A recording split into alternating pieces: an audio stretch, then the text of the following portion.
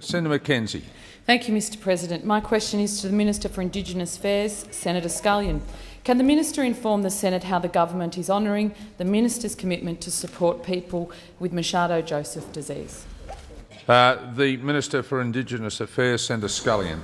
Thank you, Mr President. I thank Senator McKenzie for the question. Machado-Joseph Disease, or MJD, is a rare neurodegenerative condition sadly prevalent amongst Aboriginal people in the parts of the Northern Territory.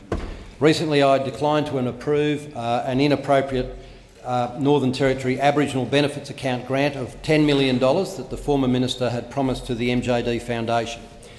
This would have been in addition to a similar grant of over $6 million in Aboriginal Benefits Account funding made in 2010. The MJD Foundation said this grant would cover operational costs for years to come.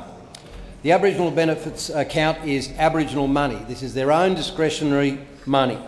It's a legacy fund that's invested on behalf of Aboriginal people to earn interest to support one-off Aboriginal projects. The $10 million for this grant was to be invested elsewhere to generate interest for recurrent operational costs. My department has indicated it's not aware of any other example of such special treatment. Whilst I declined to approve this inappropriate grant, I made a commitment that I would ensure that I found alternative funding to ensure that the sufferers of MJD did not miss out because of the financial mismanagement of the former government. I have done so. I have been able to offer the foundation up to $500,000 a year for up to 3 years to cover the direct cost of therapeutic services to help sufferers and their families. Now, this money comes from the Commonwealth Government, not from Aboriginal discretionary funds, as it should. We're in discussions with the MJD Foundation now, and I hope that they would accept this offer. However, if they don't, we will stick with our commitment and we will find another provider. Aboriginal people in remote communities must accept that they should receive the same assistance that you and I would expect in cities and towns across this country. Senator McKenzie. Thank you, Mr President. I have a supplementary. Can the Minister inform the Senate how he plans to engage with people who have Machado-Joseph Disease and make a difference to their situation? Minister. Tomorrow I'm visiting Groote Eylandt, where a large number of the sufferers of this disease reside. I'll be meeting with the Anandiliaqua Land Council on Groote Eylandt. The Land Council is the largest contributor to the Aboriginal Benefits Trust account as a consequence of their industrial export of rutile. They contacted my office to express concern about the inappropriate use of the Aboriginal Benefits Trust account, and they expressed support for the solution that we've been able to offer. I'll continue to pursue mainstream funding for people with this disease, including through the National Disability Insurance Scheme.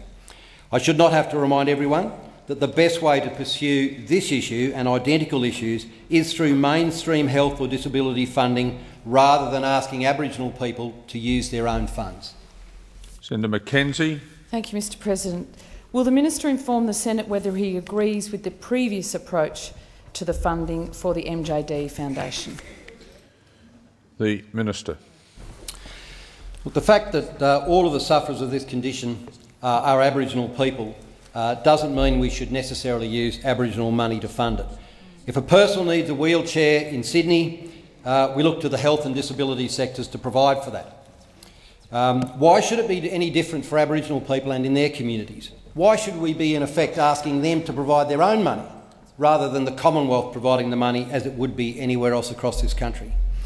The grant from the Aboriginal Benefits Account that was promised by the former minister would have been a bit of a workaround to provide recurrent funding from an Aboriginal fund clearly not set up to provide for this.